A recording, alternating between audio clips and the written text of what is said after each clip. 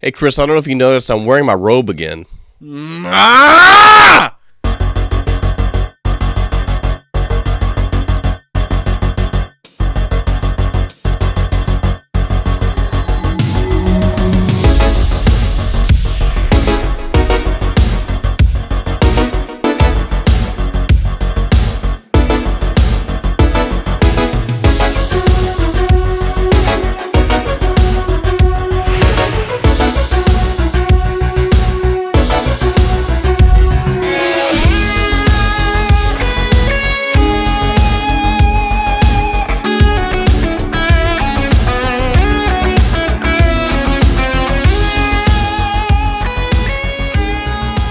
So what's the deal? What's the problem? Why? Why do you hate it so? Tell me more. We're going to finally end this argument. Did we not talk about this in No, the previous one? we didn't. And if we did, I'm sorry, but we're doing it again. I don't think we did. Commit. Are you cold? What's going on? Why do you need a robe? Well, it helps me be, it helps me project my voice. I appear to be a lot louder than you and more. My presence is greater on the waveform. Now he's scared to talk because he'll see how weak and pathetic his little voice is because he can't pull the mic up to his mouth, right? Like Rush Limbaugh, the king of radio, king of AM radio. Who's that guy? Mark Levin. Mark Levin. What? Tell me a story. Give me a little backstory on this, Bubba. He's a very conservative. I only throw in Jew because that's like it's part of his shtick almost. Like he's the angry Jewish conservative, like that's his thing. And he talks about it a lot, his faith and stuff. So, and my dad listens to him a lot and loves him, and it's a how similar is he to Douglas Levison? Not at all. Oh, man. Not at all. That's a damn shame. He's a one of a kind. If nobody knows about Doug Levison, this is a really good transition because I wanted to get into the Metal Injection livecast anyway. Oh, wow. Okay. But he there was an incident, and I'm guessing probably the Bronx or Brooklyn. I mean, it looked like it was by NYU or something. I don't know. Well, a man was in New York. A man was performing somewhat lacklusterly on the street. And that hold on. Do we know that for sure? Yeah. We know he was performing poorly, or are we just going by what Doug says? I would wager to say it was a very average or to mediocre performance. Okay, hey. You're the one that's classically trained. Shut up. And contemporaneous. Oh, man. These references, they will be explained. Yeah, it's just a very strange video. I mean, are the key words Doug Levinson going to bring him up? No, it's like Angry Trumpet Man. Angry at Trumpet Man. Angry Man yells at trumpet player or something. Angry Trump supporter yells at Jew. Sorry, the keywords got mixed up. That could be right. The keywords got really mixed up. The search criteria, just a big old mishmash. But speaking of which, all that, and what it's on my agenda, what better time to talk about the most unlikely thing in the world. Chris has gotten into I don't want to say metal-themed podcast, but a podcast that began as something metal-related. MetalInjection.net's metal. Why do you say this so unlikely? It's not like I only listen to country or something. Because the things that we dislike a lot. And you are no fan of the heavy metal genre. I am accepting of it. There may be exceptions with certain groups like Korn. Yeah, they're heavy metal. Well, I mean, new metal kind of fits into a category of heavy music, but now you sound like one of those metal elitists who are just like, ugh, new metal. I've been listening to the livecast too much. New metal isn't real metal. No, there's alternative. Wait! I'm damned if I do, damned if I don't. What do you want? No. Wait. I'm just saying, that's good that you sound like them. Because the people who are right about heavy metal say new metal is not metal. It really isn't. It's dubstep with guitars. Well, it's sacrilege. But what is the Metal Injection livecast? I want to hear it from you, your own words. It is a meandering podcast with 4 New Yorkers who like have created their own mythos, I would suppose. I don't know. What do you want me to say? Well, I don't know. Well, I don't even know how to explain it. The only way to explain it is to play clips from it. Yeah. Like, and even then, because you don't it's so meandering and so out there, and it's not focused on metal hardly at all. Yeah, exactly. It's more of a freeform thing like we're doing, except with a very New Yorker spin. Except most of them are atheists, but culturally most of them are culturally, Jewish and identify as such, even if they're not religious. And they bring a great deal of Jewish culture, a love, fascination, and dissection and criticism of it into a podcast. And I've never heard anything like that. And I probably started listening to this thing several years now. How again did I get you to listen to it? I played it in your car on the way back. Yeah. And it seemed you were oddly taken with it, but I never knew you would come back on your own. I was very surprised. How did that happen? It happens when you drive a lot, and I just so happened I was running out of podcasts, and and there's plenty of these. And I put that one on. I put the newest one on, and I don't know, it just stuck. You start to get like engulfed by their in jokes and stuff. And you it's like Mega 64, you know? Yeah, it really is. Like, you just kind of have to dive in, and if you get it, you get it. If you don't, you don't. My only problem with the whole thing is their musical bits are really bad most of the time, and I just wish they wouldn't do it. What do you mean their musical bits? Well, they used to do more, but Darren is big on the Are you talking about the Dorinsky thing? That's an example of it. Okay. They do little songs like that. They haven't done one like that in a long time. It was very surprising that they did a Shape of You parody. But yeah, they used to do a lot of parodies because Darren's a big Weird Al fan. That's his favorite artist, which is kind of hard. I've never understood. Kind of hard to say that a comedy parody artist is your favorite musical artist. Where do you stand on Weird Al? I'm fine with him. I mean, I wouldn't go listen to his music. I don't know anything about him. But I think he's not vulgar, which is kind of admirable as far as comedy and music is concerned. And he's just weird. You don't obviously say. Hold on. Weird while being kind of clean about it. Very out there, he's collaborated with Tim and Eric.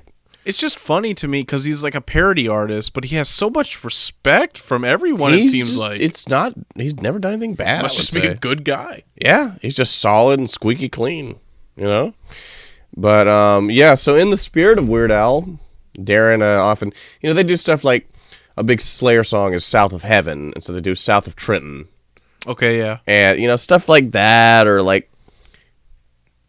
they did a really upsetting one for Rob's revelation that he ate his own semen, or tried it. Okay, see, you're in the annals of the Metal Injection livecast, because I have not heard this before. You haven't heard about this? No. I know it's you've heard about the ball stretching. Yeah, okay. It's fits. Well, he tried it one time, just for the hell of it.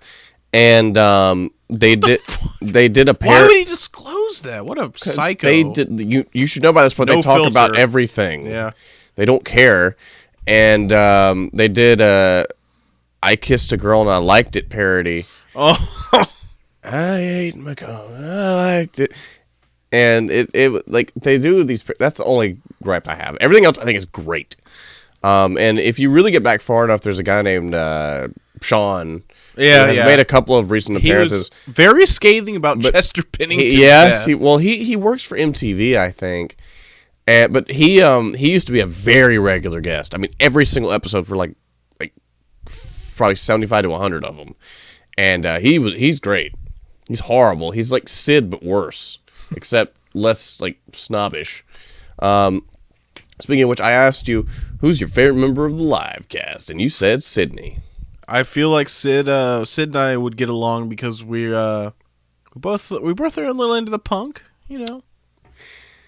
It's not even a musical taste though. It's his attitude. Yeah, I don't know what it is. I for a while thought he was my Sid number likes one.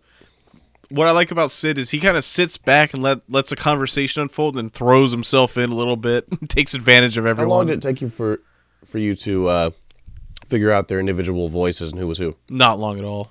Not long They at have all. fairly distinctive voices, unique. each of them. Rob slurs every His word. voice is unreal. It's so good to me that this is his podcast, but he is always the butt of the joke. Exactly. That's and the so one that's funny. fucked over all the time and made fun of. But Darren is definitely my favorite, just because I don't know. I really like his sense of humor, except for the parodies. He has really good impersonations. His Alex Jones is spot on, incredible. You've seen the video of Tim Heidecker doing Alex Jones. It's really good. It's even better. Perfect. But yeah, that's enough about the Mental Jackson livecast. I needed to talk about that because I was just floored, You're welcome. just absolutely floored. Because And I have passed it on to Daniel. it's just amazing. It's just what have I done? Well, now you have people to talk about it with. I have proteges in the podcast listening game. I mean, I introduced you to 64 Boys, so.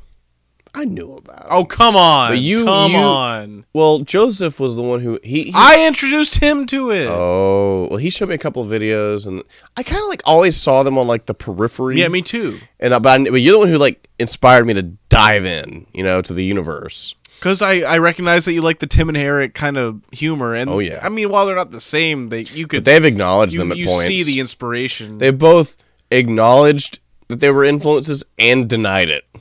I mean, they were. There's no way. But I mean, Rocco said something about, it's just weird faces and mouth noises, and I was very upset by that. It's like he betrayed his master. All right, so a few things I have to strike off the agenda here. Robe argument. All right.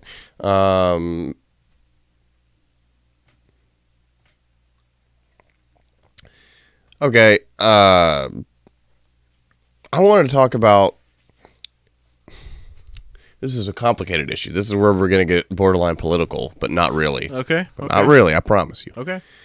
I have a great problem with bullshit generic terms for female empowerment.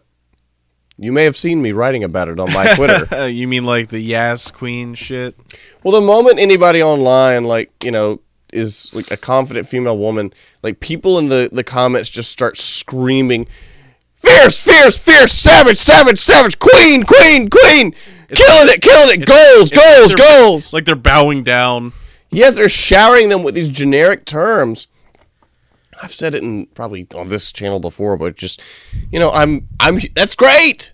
Great. And female empowerment is huge in a male-dominated world like this.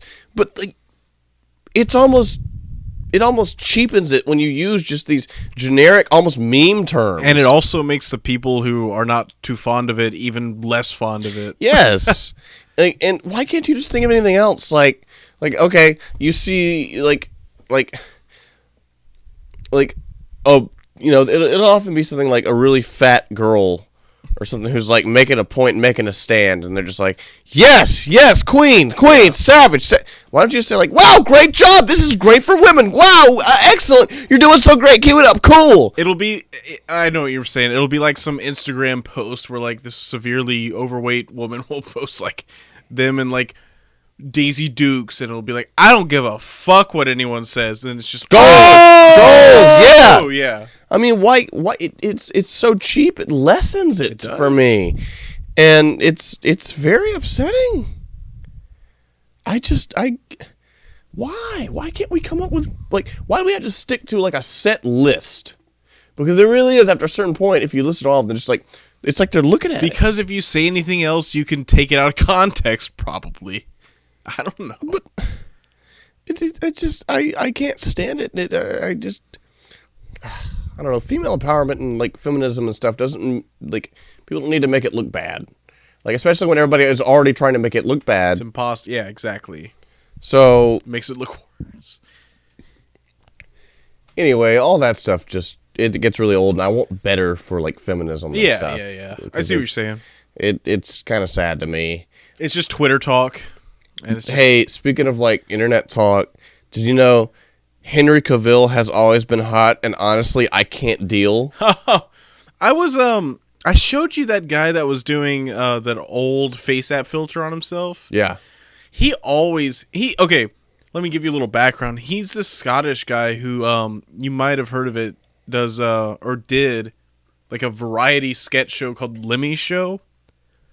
And it's kind of like in the format of Tim and Eric, but way less absurd, more low-key humor, stuff like that. Yeah. And he has just become this like curmudgeon old man, and he always takes screenshots of like the Twitter moments, much like that post we had on Twitter about Ed Sheeran's cameo was everything we've ever wanted. And he'll just post that image and go, fuck this. Oh. Like, he hates that terminology and everything. It's the future for us. I could probably pull something up if you want to. It's the future for us. Yeah, please, look for something. I'm still looking through my photos for this. Like, I would just start screenshotting stuff. Like, if I was at work or something on the toilet and didn't have time to really, like, write it down. I'll have to show you some of Lemmy's show. You might really like it. Okay. Okay, like this. He'll tweet that. 10 tweets about Secret Santa that are way too real. And he just posts unbearable.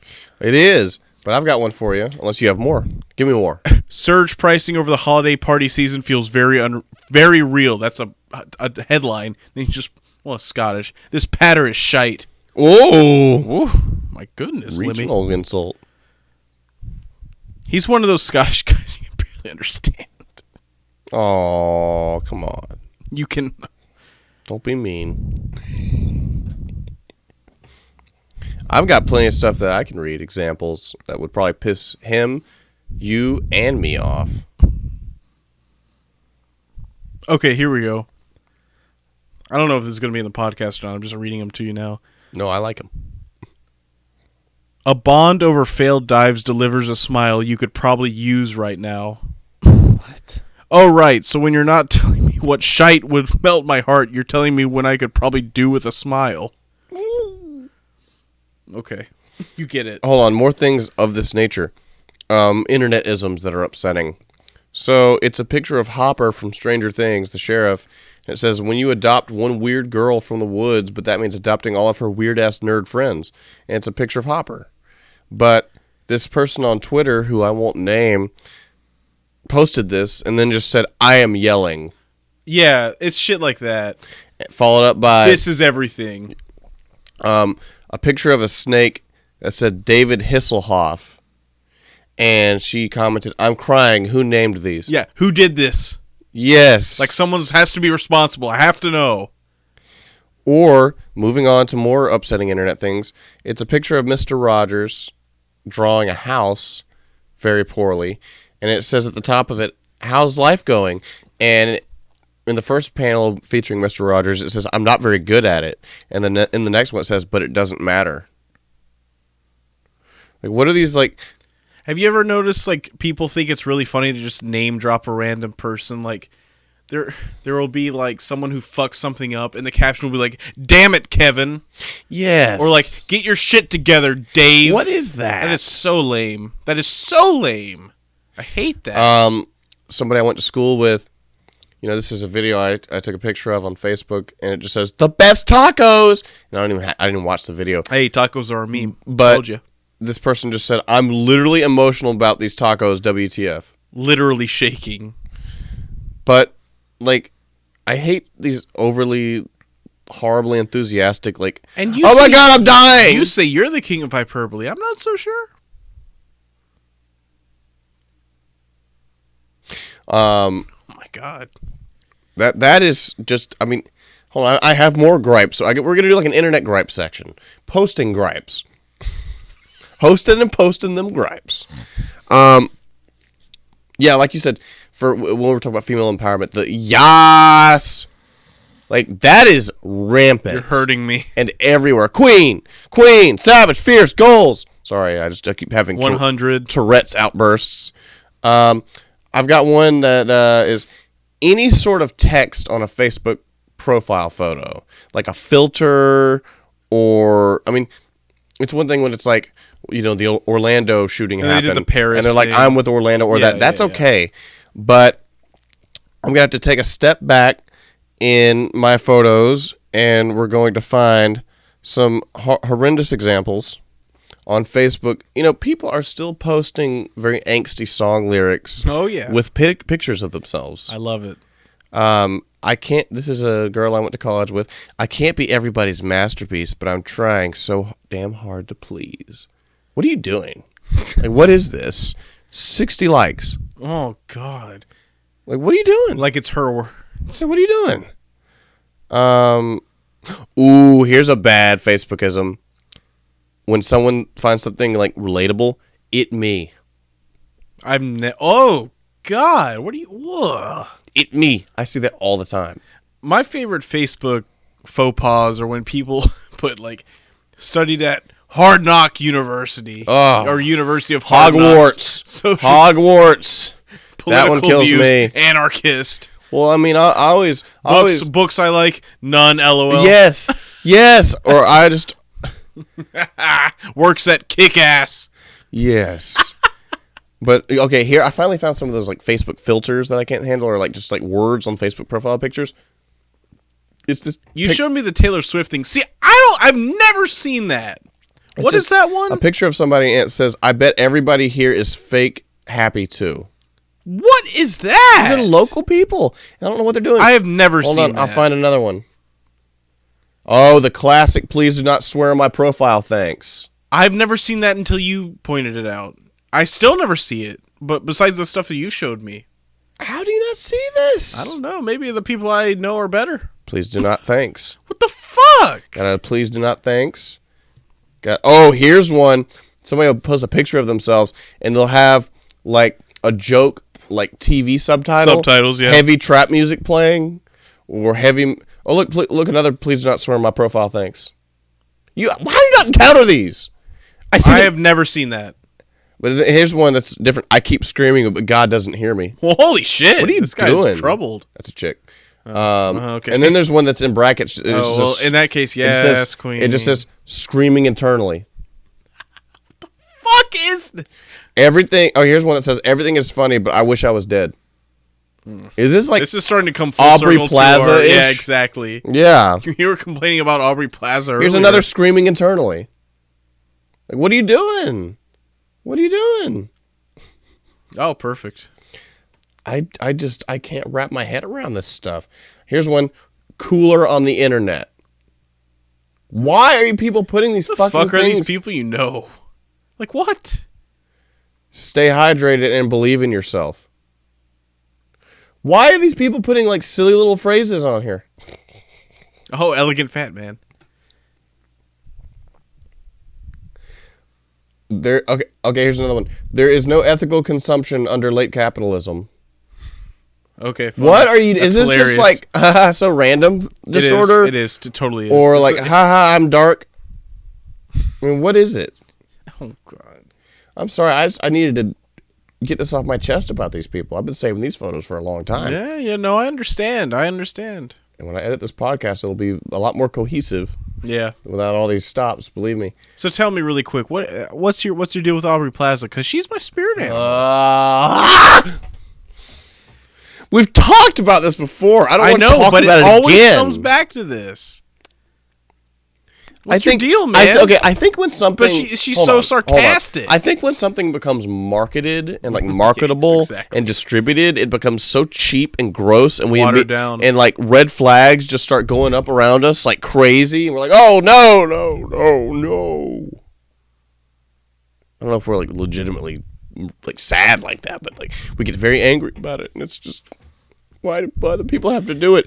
Well, you know, hold on. I feel like we talk about this almost every podcast. It's people accessorizing the idea of like being internally conflicted or whatever. I have not hung around like a new group of people. Like for example, when you're going to the first day of college and you find a friend group or like a bunch of group of people you're like trying to hang out with or get to know. I have never had the opportunity to be around them and like start adding them on Facebook and seeing like them posting like screaming internally on their Facebook pictures. Like, would you like would you bring it up with anybody? No, I don't even mean them, but just like somebody in the group to try to find someone that also is pissed off. Or I mean, what would you do? Just stop talking to them or hanging out or what? The fact that, God, I hate talking about stuff like this because it makes me feel like you're a curmudgeon or like a buzzkill, or like we're high and mighty about or you're not fun. But I was just gonna say like it's odd to find people like us, I guess, like me, you, Daniel, Art, who just like get this kind of the sentiment, misanthropic. I don't sentiment. know. Maybe we're all just black sheep. Spirit animal. Sorry. Well, okay, moving on to just a few more wrap-ups on annoying internet things, because we got to get out of this segment eventually. There's a few things I don't want to see any more of. These oddly satisfying videos. Yeah. I don't need to see any more of that, because I'll watch it and it's like, okay. All right. No, stop. Oh, have you encountered like something like a YouTube video that'll be called the B movie, but every time they say B, this happens. Yes. But every time this, or every time it happens, it gets this much faster. It's the phrasing on that bothers or me. It's not even the video. It's this happens, but every time this Gaston eats eggs in Beauty and the Beast, but every time he does it, his voice gets lower. It's like the joke is the title more than anything else. But this happens. Ugh. And another one. I don't need to see any more ASMR videos. No this more. Is Joey's World Tour. So we're on board. I can hear the heart attacks. So over it. I don't know what it is. The moment a trend pops up and I start seeing it over and over, I feel like I wouldn't even have to know about the content, but just from seeing it over and over, I just get angry. Just stop. Oversaturation. Yes, why aren't people clued into that? Like, what's the problem? The problem is, I'll pinpoint it right now. Uh-oh. Here it comes. They're not watching Joey's World Tour. Oh, that's the ultimate problem. They're not listening to Dolby surround sound ASMR on his butt cheeks. Oh. Slapping around, palling around. Stop. Fuck. Eating that rotisserie Trying chicken. to eat my chicken over here. What is up, muchacha? Today I'm going to fucking... Wow, I'm getting arrested. Okay, more bad internet. Actually, wait. We talked about this in person yesterday. I wanted to bring it up for the record. Since you brought up Joey's World Tour, talk about his adversary. Report of the week. The report of the week. I need this on record, like I said. That is... Wow. That is wow. Has there ever been such an ethereal being? Someone who just posts 25-minute videos about his skincare routine and everyone eats it up. Yes, they love it. Like I pointed out to you. And it's this small, dopey little... No matter what, he's very dopey and kind of dorky and whatever and very kind of uptight. Like you were saying, you would expect him to get obliterated online. Everyone adores it. I'm not complaining about that. It has to be ironic. I know. I get know. What you're about to say, but I don't know. This cannot be genuine love. I don't see any negative comments in his YouTube videos almost. That is unheard of for anything. Except for the Joey bots. Well, yes, the Joey bots sent by the Russians are very, very dangerous. Russian Joey bots, that might be the title.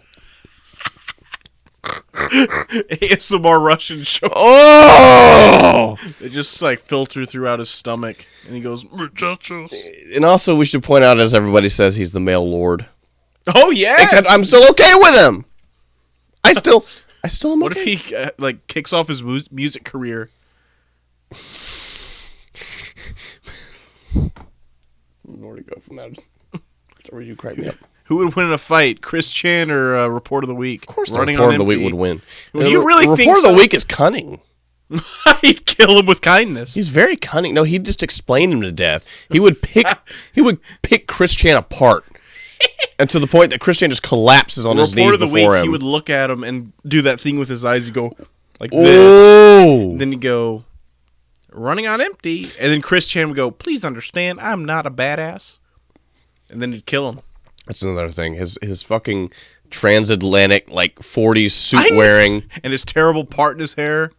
Just you're watching. And he has a slight speech impediment. Welcome to Running on Empty, and this is what is he doing? Why is this his angle? Running on Empty. Food review. Food review. And Chicken Nugget McCheetos going in. I think one day Joe will die. We all will. They're gonna fight. But Joey's World Tour first. But I think they need to battle. But the problem is Joey's just going to pick him up and eat him like a big old roast chicken. but there's no meat, so he's gonna spit him out and just beat him. Imagine looking through the window of Joey's truck, and he's just picking apart Report of the Week with a Oh knife. my god! And he's going, "This is a good bird. Not much meat, but I like the flavor." Not a lot of meat on these bones." And also, I think it's really funny that the basis for this guy who's dressed like this, all he does is fast food. Yes, it's Like, so what is that? strange. It's so strange. And he drives a Prius with like these throw pillows in the back. And he always has, he would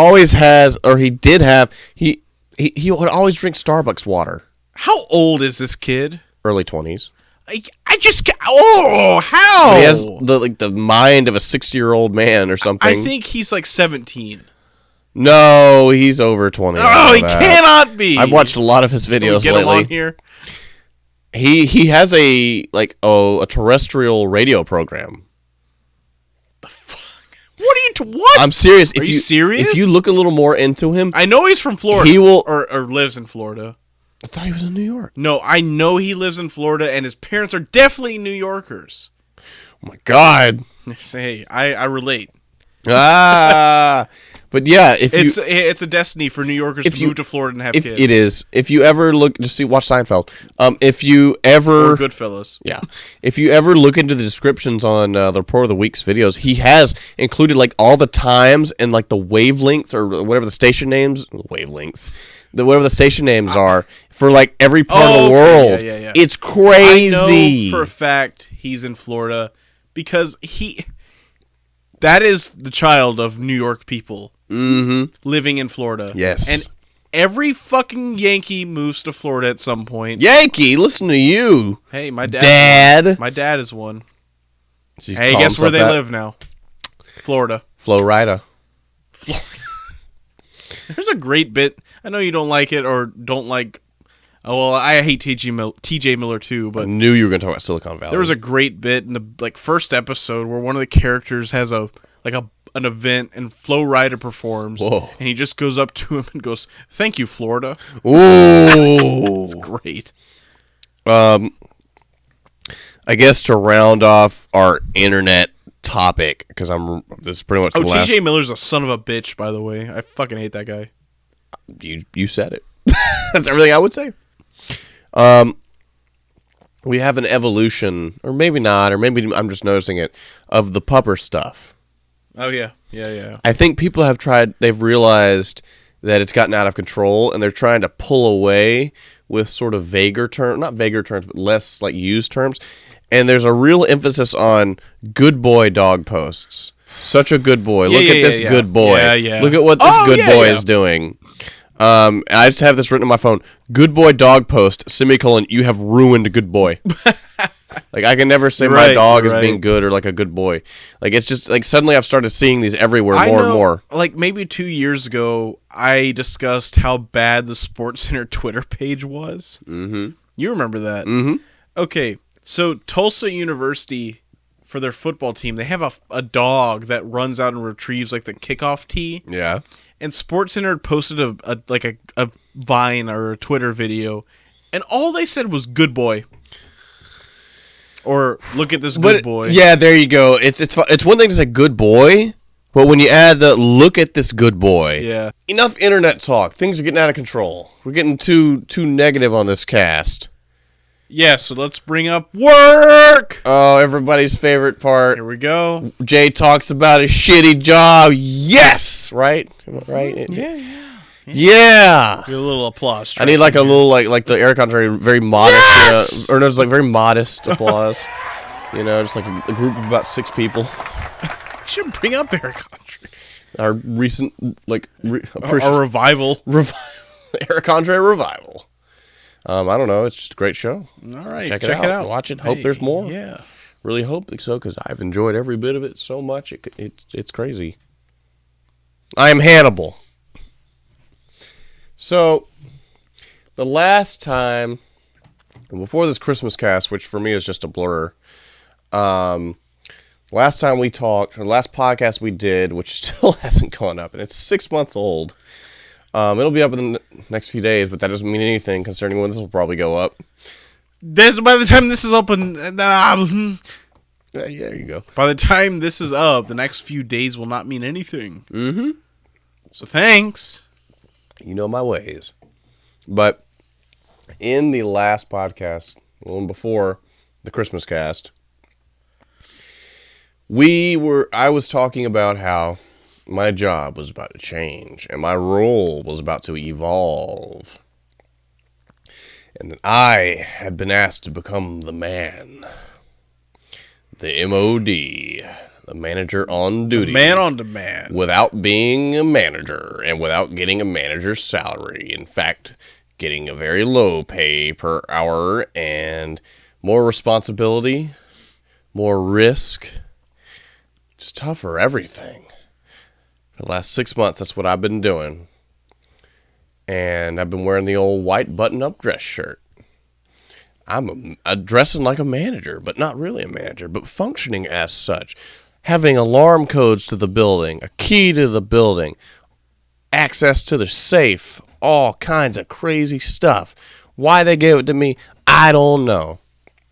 But it's been crazy because I don't mind it so much. I really don't, because in a way, even though I have more responsibility, I can use that to my advantage and make myself look busier or kind of disappear for a long time. Yeah, and just go like, to the yeah, sorry, I bathroom. was counting money in the office. Exactly. Or something like that. Or I can kind of take my time with stuff. Or when we're behind, blame the rest of the stock crew and not my own slow ass. I used to work really hard. Like when my stock job was overnight, I used to always want to prove myself, thinking it would get me a promotion or get me somewhere. But when I saw that it never did, and that it was seniority or just sticking around long enough, that's what did it. That's because the turnover rate at a retail store, a retail is lost really anybody high. in a long time, actually. Generally speaking, though. But I wanted to talk about some of the more annoying parts of it. So, as the manager on duty, often, the moment I get there, whatever manager was there before, I always work 2 to 10, basically, the evening shift. They will turn on their heel and run the moment they see me. They just dump it all on me. And some of the more annoying aspects of this job, or this position, I have to deal with, anytime somebody wants to talk to the manager. And half the time... Does that fall on you? Yeah. Oy. I want to see the manager. Ugh. And then that's me. Oh, yeah. Most of the time, it's just stuff like, oh, I bought this cornmeal and it's expired or busted or open or it's busted or infested with weevils, because they flour and like cornmeal, they infest when like a package opens and it's open for long enough.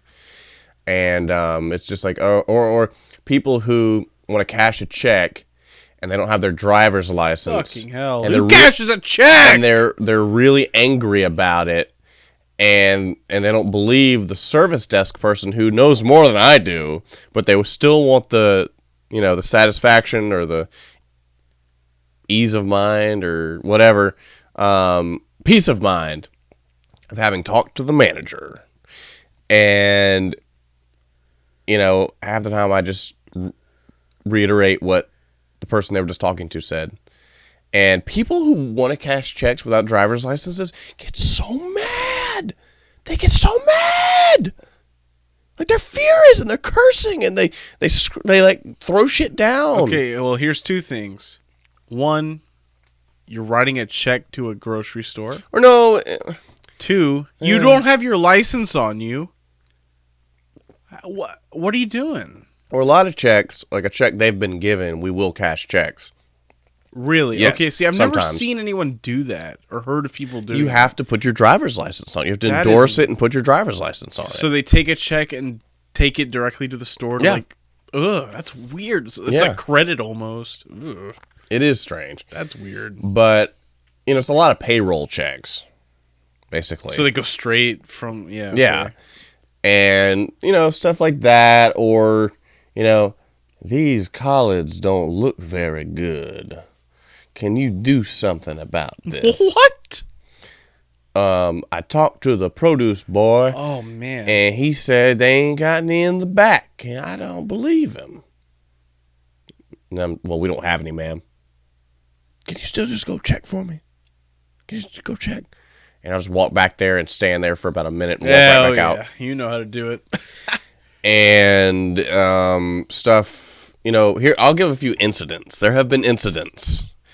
There's this older woman, this like little white lady, who comes in there all the time. And she came in one day and was apparently very drunk. And she tried to sit down. We have a bench up front, like at the front of like where all the registers are. And she tried to sit down on it and like completely missed the bench and fell down. And so in that case, and also she was like really drunk and like didn't want to talk and stuff. Whenever anything like that happens, whenever somebody falls or steps on a piece of glass or cuts themselves, an accident report has to be filed, which includes me getting a digital camera out of the safe, taking a picture of the area where it happened, filling out all this paperwork, getting a witness report written, getting the quote-unquote victims report written, name, address, age, all this stuff. And I had never done that before. They didn't, for some reason in my MOD training that I'm certified for, they didn't go over accident report and filing. And so that night, I had quite possibly the worst person for that because she wasn't being cooperative. I went over and, you know, asked her name, and I could barely understand her because she was so drunk and slurring. And I said, well, I need you to fill this out, the victim's report. And she just shook her head and wouldn't say anything. And I'm just sitting there like, well, what do I do? And so if they don't like sign the victim's report, doesn't that forfeit like their claim or whatever? But I mean, it's not even that like they're going to make a claim, but just to, you know, for our due diligence, we have to make sure they do that. And so they can't come back. Exactly. Yeah. And so the service desk person had already called like 911 because you're supposed to do that. And like some like emergency first responders showed up, like the fire department came. And they came over and we're talking to her, and they were like really frustrated. They couldn't get anything out of her. And everyone was just confused and didn't know what to do because she wasn't being cooperative at all. And I wrote that like on the victim form, like not cooperative. Initially I was going to write not responsive, but that's not the good, you don't want to write that. Out. Yeah. And so like the fucking cops finally just came and like, she brought her damn dog and had it in the car, like a big dog. Oh my God. Who gets like trashed and is like, I'm going to the grocery store with my dog. Irresponsible people. But this was like a 65-year-old woman. What are you doing? So there's no rationality behind it. It's just someone like acting up. They're cutting up. They're farting around. Or whenever anybody thinks someone's stealing, like Mario, he always thinks people are stealing, even when they're not. And he'll stalk them in the store and like appear, like peering around a corner. Like, and it's kind of terrifying, I imagine, for some people. But someone threw a frozen bag of shrimp at his head recently. Does he walk around the corner and go? No, he doesn't do his little pose to them. But someone like hurled a bag of shrimp at him, like a frozen bag, and hit him in the head. And so there was like just this big scandal, and like I had to like report it and all this, but you know, it was Mario uncooperative. No, I didn't. He just shook his head. I didn't have to file an accident report, thankfully, but it was just stuff like that. You know, assholes going back to the meat cage or meat case rather, and switching like tags and shit. That is so scummy. And trying to get like, or you know, the biggest question I get. It's really irritating, and they won't, like, the customer half the time won't believe whoever, like, another associate that they ask, and they have to talk to the manager.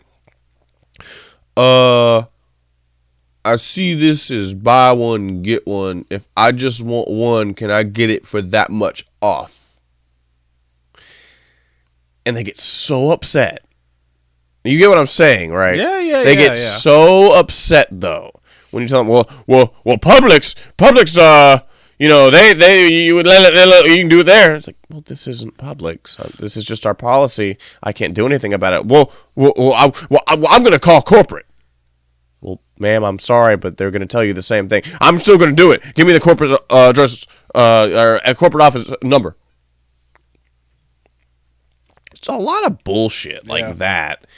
And people always threatening to call corporate, or I'm going to call your supervisor. I'm going to do this just because I did exactly what I was supposed to do and told them the truth. And they don't like that. And, I don't know, sketchy people like getting into like arguments and fights and stuff over football and like breaking stuff and having to usher them out of the store. And I don't know, it's just I've been the man for a while. And, you know, so much of what I wanted to discuss, it was always like in the moment. God, if Chris was just here, if we just had the podcast going, I would be so fired up and I'd have a more compelling case and keep it more interesting. But after all of it now, I'm sitting here like, it really wasn't that much, I guess. You made it. Made it through. Well, yeah, and it's kind of difficult, too, because, I mean, so many of these people that I work with, I've worked alongside them when I was just an associate. And so half of them don't want to take me seriously. Exactly, or can't, and they try to test me. And it's tough for me because, you know, I want to be the laid-back guy, of course. But then they taking advantage, push it, right? Yeah. And you know, we gotta, you know, since the last time you were here, we have a new employee on the stock team, and I'm still basically running that too, in addition to all the other bullshit things I have to deal with, like district managers showing up out of nowhere and bitching about half-full salad bowls in the deli. This new guy, you know, We'll get the truck in, and we'll finish it, and he wants to leave. But part of the job is working the truck, cleaning up, and then doing what we call conditioning the store, or blocking, or facing, just pulling everything up and neatening it. And this motherfucker tests me to no end, and the moment we finish, he's like, all right, can I go? It's like, no, it's you're working 2 to 10:30, and it's 7 o'clock. Well, we finished the truck. It's like, well, we still have things to do, and why can't you just work a full shift? This motherfucker just acts like it is the hardest thing in the world for him to work an 8.5 hour shift, and just is difficult, and will like half-ass everything from that point forward when he wants to go. And it's just, I have to babysit. Can you imagine someone like me babysitting grown men? Especially some rough types, whatever that means. I mean, seriously. Work with me here. Well, I mean, can you imagine doing this shit? Herding cats. Or sheep or whatever in the last one you said. Herding cats is a saying. Really? They're not herdable. Oh, I'm dumb and slow, and I get it. March to the beat of their own drum. So, I don't know, just a lot of that, and, like, here's another thing that really bothers me about the job. I'm almost done with work talk, because I know it's, like, so miserably boring. I'm kind of you gotta vent. Tired and low energy right now. It doesn't matter how much I do. I'm never praised for that. It's when you fuck up. They look for, well, if let's say I did 4 shifts worth of work, and the next day when I come in, they're like, well, why didn't you do this? I'm sitting here like, well, look at what all I did. Well, it's always what you didn't do. Well, this in general merchandising didn't get conditioned. Well, we finished the fucking 25 pallet grocery truck and blocked the entire store except for that. Why didn't you do this? Well, it was 10:30 and everybody was tired and upset and wanted to go. Why didn't you stay till 11? It's like, oh my God! And if you stayed till 11, it'd be, why didn't you stay till midnight? No, it'll be, why'd you stay that late? You know, oh, yeah, you're going to mess up our payroll now. You got too many hours and everybody has to go home early on the day when payroll rolls over. It's just like stop! It's exactly like when you talk to me about metal. It's like, damned if you do, damned if you don't. I mean, there's no easy way out, damn baby. it. You're fucked. But I mean, I keep asking, can you imagine doing this stuff? No, I couldn't. Like, I mean, to begin the shift off, and we're fucked from the beginning, because back in the day, you know, I worked overnight, and it didn't matter when the trucks came in, because we'd come in when we closed that night. So the trucks had already come in, but it'll be something like, okay, it's a 2,500 piece nightmare truck, and it doesn't get there until 6 p.m. and we came at 2. So we just been dicking around trying to find shit to do until then, And then when I have... That is the worst part of work, when you have nothing to do and you have to try to make yourself look Well, busy. there's always stuff to do, but it's very frustrating to do that other stuff. Like, well, time to go through all the back stock, which is stuff that didn't go out from previous shit that builds up, and we just have to drag back, and nobody wants to do that. And, like... So, let's say, Fridays are always the worst days, because it's the biggest truck, and it seems like the bigger the truck, the later it comes. And it goes slower. So, it's heavier. If everything was there and ready to go at 2 o'clock, we might have it. But it'll get there at 6 o'clock, and it takes me 45 minutes to, get every single pallet individually with a fucking pallet, like electric pallet jack, going up on a damn hydraulic lift into the trailer of the truck, bringing it back out, hitting the button, going down, finding a place to put it. That takes me 45 minutes, and then it's 6:45. And somehow I'm supposed to finish this by 10 o'clock. And the next day, they never are like, oh, well, we see it came in at 6. No, it's, why didn't you finish it? It's like, well, how was I supposed to? And, you'll have, when we're overstaffed, which is almost never, the truck will come in at like 7 o'clock. And we have like 5 of the best people there from 2 to 7. Or 2 to 10, but it got there at 7. So it's like, well, we had all this manpower and nothing to do. And they don't think about that. It's like, well, you had all these people. Why didn't you finish it? It's like, well, that's not the fucking point. I'm going to get off of this. This is just my nightmare job. Mm-hmm. And where I am horribly underpaid and have to get out of there pretty soon. I don't know what I'm going to do. I have to, something else. Something's got to give. Now, what did you just say about damned if you do, damned if you don't? What was that in reference to? You talking about me and metal. What happened today with that? You said something like... we saw a friend, a new person. Yeah. Somebody who, I don't know if we mentioned it. Maybe. I don't know if we mentioned his name, but he appreciates our Majora's Mask videos. You told me that at some point. Right. He got me into Bloodborne, which got you into Bloodborne, so that's a big thing for this channel. Well, we went and saw the new Star Wars movie tonight. This is the Overlord, basically, the omniscient presence that has influenced everyone. Yeah, we did see Star Wars. Mm-hmm. Yeah. I liked it a lot. Yeah, I did too. I really did. I really loved it. I thought it was better than the last one, but, or not. I can go back and forth. Rogue One. The more I think about it, the more I'm liking it. Oh, he's coming around. But upon, immediately after finished, I was like, I don't know. I don't know. And I loved Force Awakens, so it's not like I liked Force Awakens. That was a good movie. But this movie, I was like, wow, that was really good. You know what I mean? But we gotta mention that fucking audience score on Rotten Tomatoes. Yes! What is that? I haven't checked it since earlier today, but the audience score is usually always higher because everybody's dumb and likes everything. And there are all these articles about it. But in what this, is going on? It was like a 57% the last time I checked. And the critics were like 93%. 93, it's always the other way around. So something's up. Russian meddling. Bots. Star Trek fans. I don't know. Star Trek fans. George Lucas has made millions of accounts. Oh. I can't believe they did this to my beloved franchise. I can't believe it. Not enough CGI. Not enough funny critters. There's only 2 in the movie. There's crystal critters. They're not enough. I would have made them poop. Seriously, I think in A New Hope, whatever the last touch-up he did, there was a fucking lizard walking in the desert that took a dump.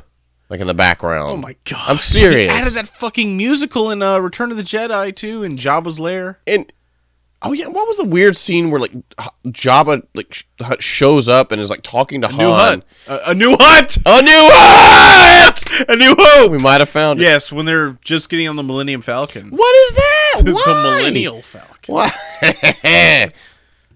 But why is that? Why did he do it? So all of his adjustments are so unnecessary.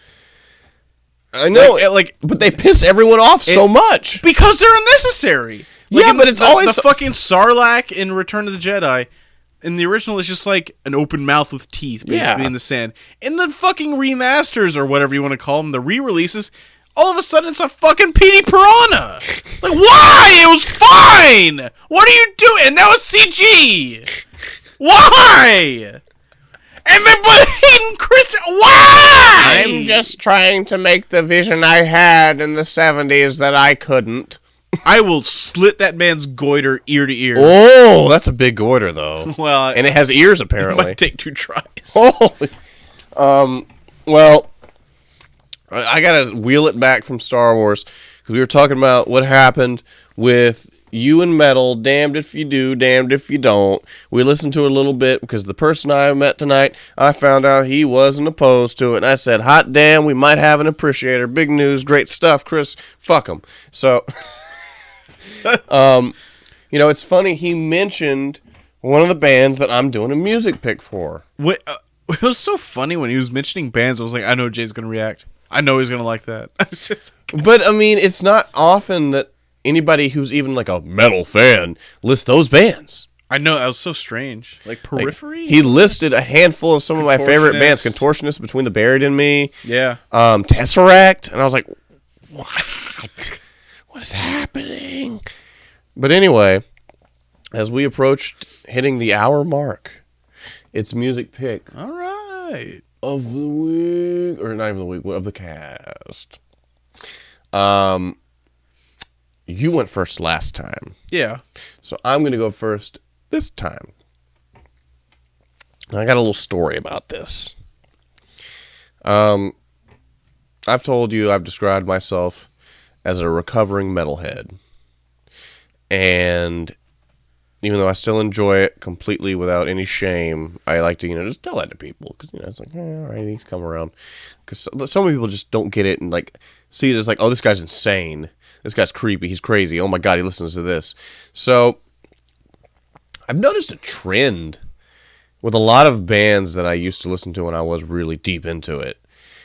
They've gotten progressively softer or moved in a more radio rock friendly direction, which to a diehard metal fan is absolute sacrilege and a nightmare, because so much of what metal is focused on counterculturalism and fucking mainstream sentiments and stuff, right in the what. And so it really is quite a betrayal, like with Metallica, the whole thing about selling out and all that and trying to become more commercially friendly has always been something very controversial in the genre. And so I've just noticed lately, some of the bands that used to have a lot of screaming, they ain't screaming no more. And so in the YouTube comments, it's just all, man, what happened to this band? The clean vocals suck. What is this dumb shit? This is baby shit. I want the album to be heavier like it used to be. I can't mosh to this. And one of my favorite bands, I'd call them my second favorite band, The Contortionist, which was mentioned tonight by this person we were hanging with in Star Wars, at Star Wars. During Star Wars. At the movie theater during Star Wars, or before. I just can't get this out. They lost their vocalist 2 albums ago, and the direction kind of shifted when they got a new singer. He used to be in a band called Last Chance to Reason. His name is Michael Lessard, and he's got a good voice. He really does. But he has a little more of kind of a pop sentiment to it, and he kind of has some R&B qualities, and God knows I'm not a fan of R&B, especially showy vocal stuff, which is, kind of funny coming from a guy who likes complicated showy guitar.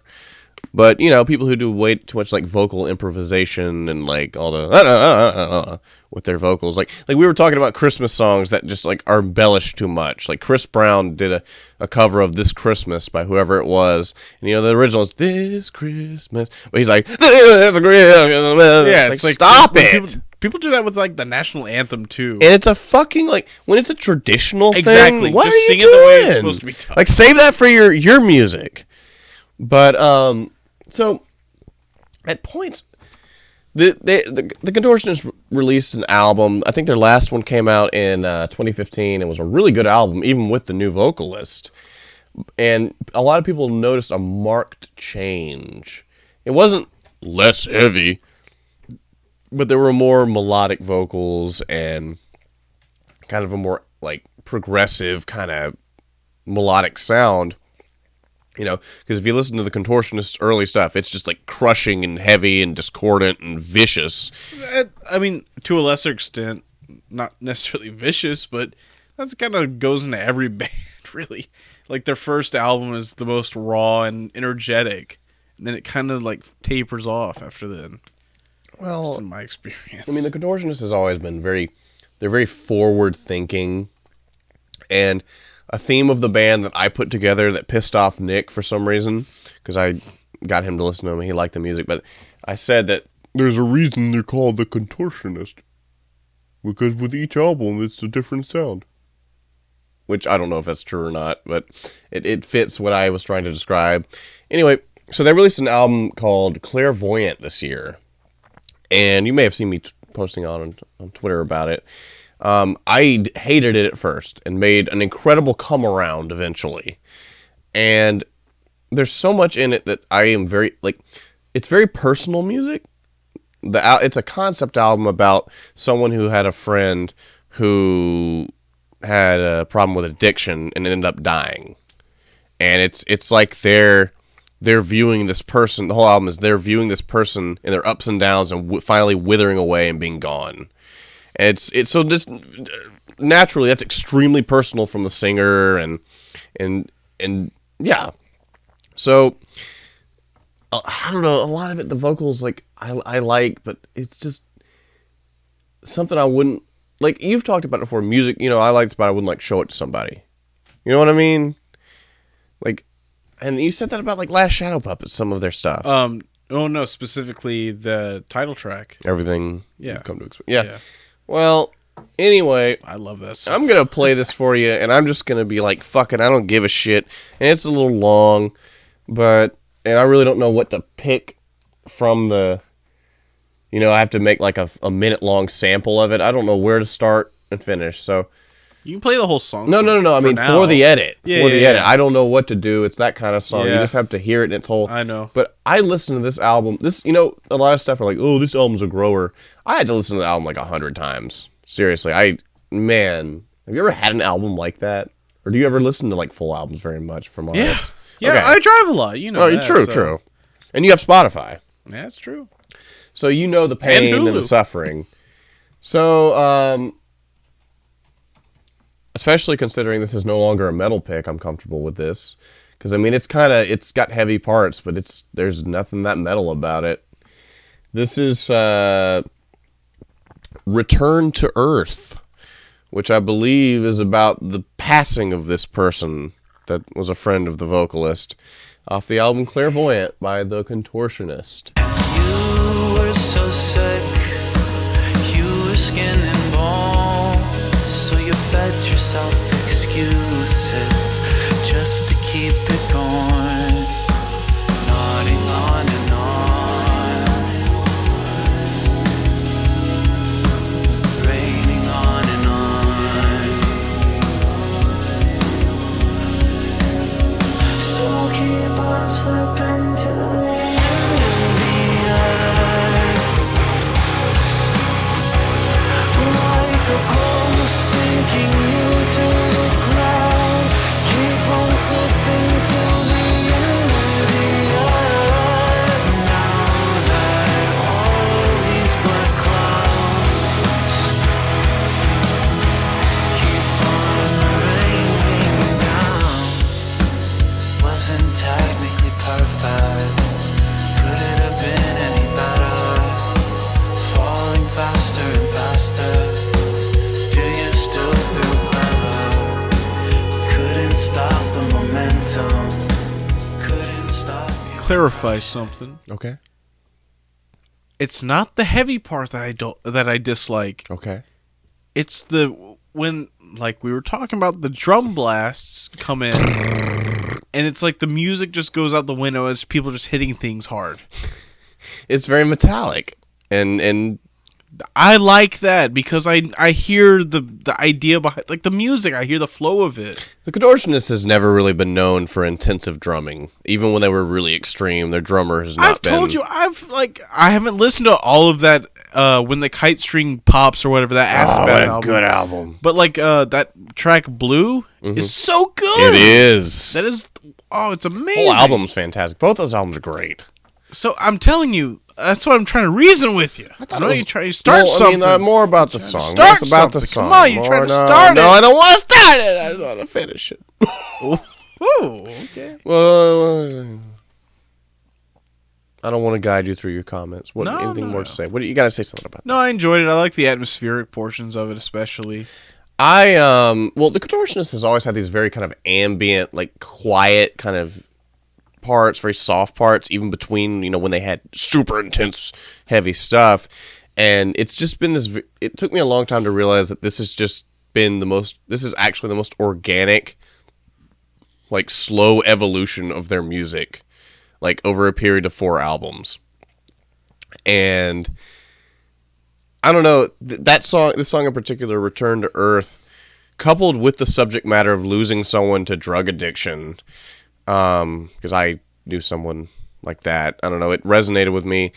And it has very kind of whimsical, like haunting parts in it too, which I don't know, I'm like, it's like I'm troubled by them and haunted, but it's good. You know what I mean? Yeah.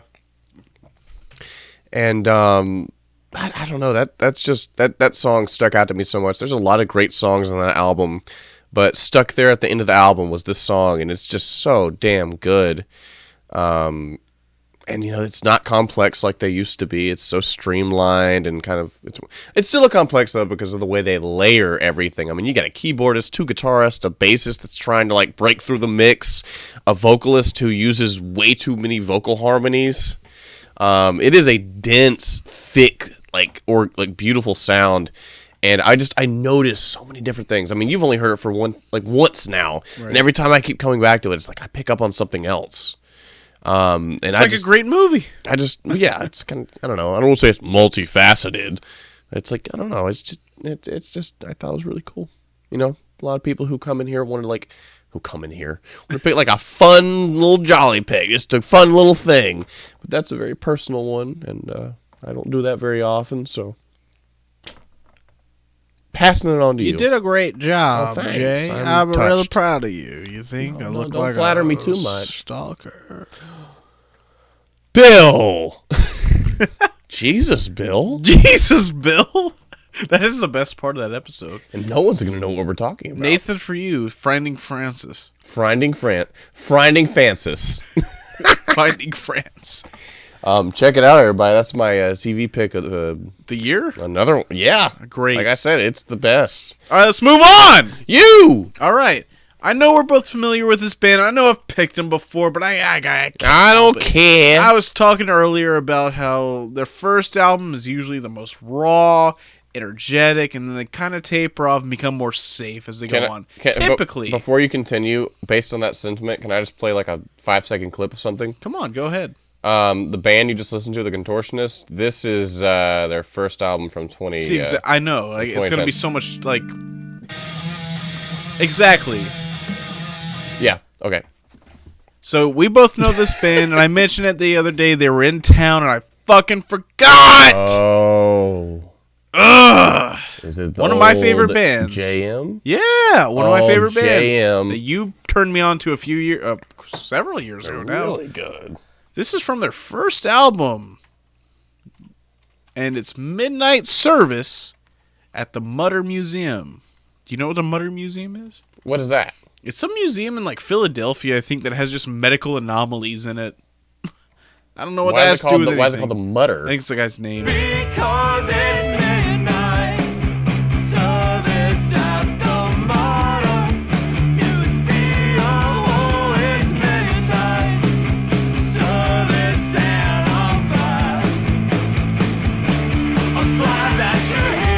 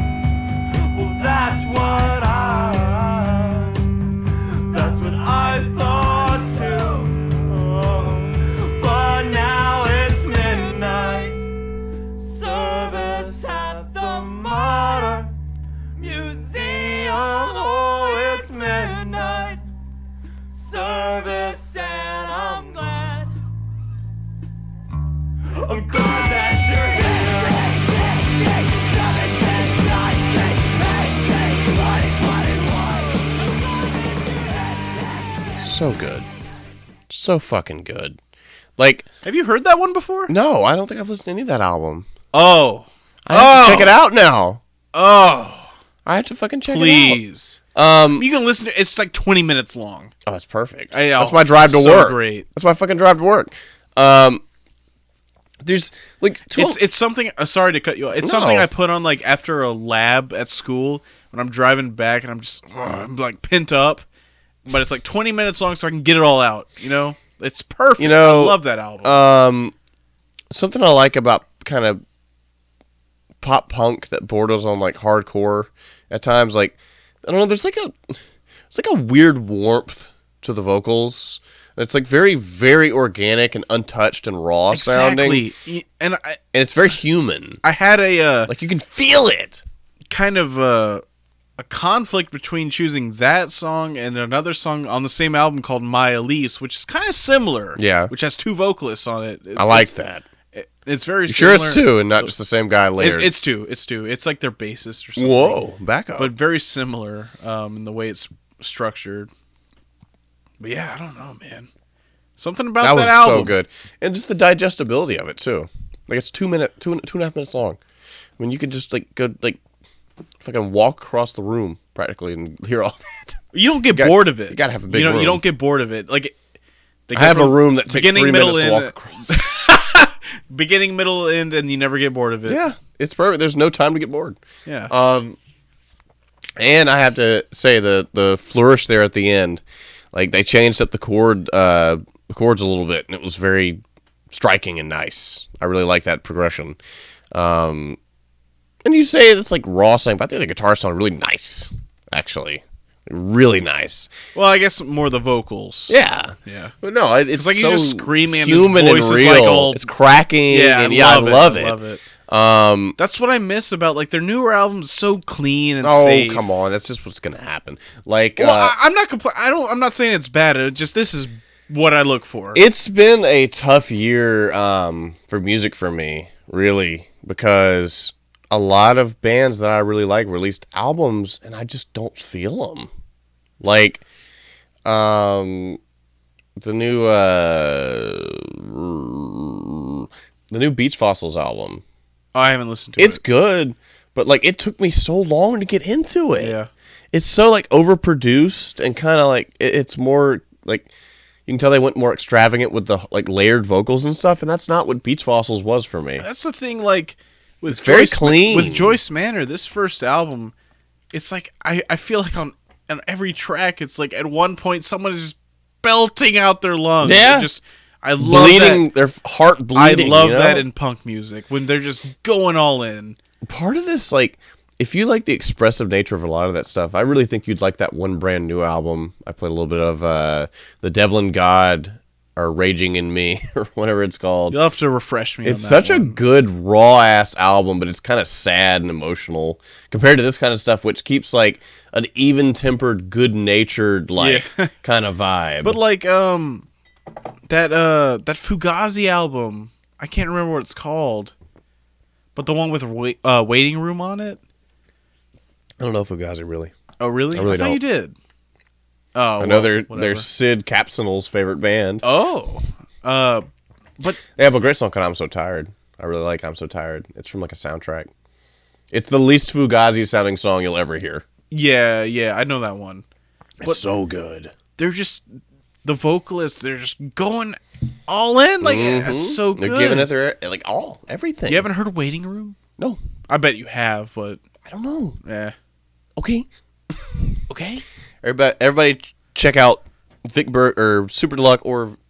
Deluxe. I'm losing it. Everyone, check out Mike Francesa. Super Deluxe or Vic Berger's channel with Trump forced to fix it. There's a part where he admits Obama was born in this country, and after he finishes it, he goes, okay, and rushes out of the room. It's so good. He's been shamed. Like, he's just like, all right, bye. Like, I did it. All right, goodbye. It's so good. And on that note, we're about to say Cut it off. some fond farewells. Because, well, for you guys, there is no predictable or, like, any sort of passage of time you can... Well, the next time... Well, yeah, exactly. But the next time we discuss... It's going to be... It'll be 2018. Oh shit, that's right. I didn't. There's no New Year's cast this year. We don't need that shit. Well, the Christmas cast was that. Oh, this year sucks. Worst year ever. Right? Fucking. What are you doing, boy? Oh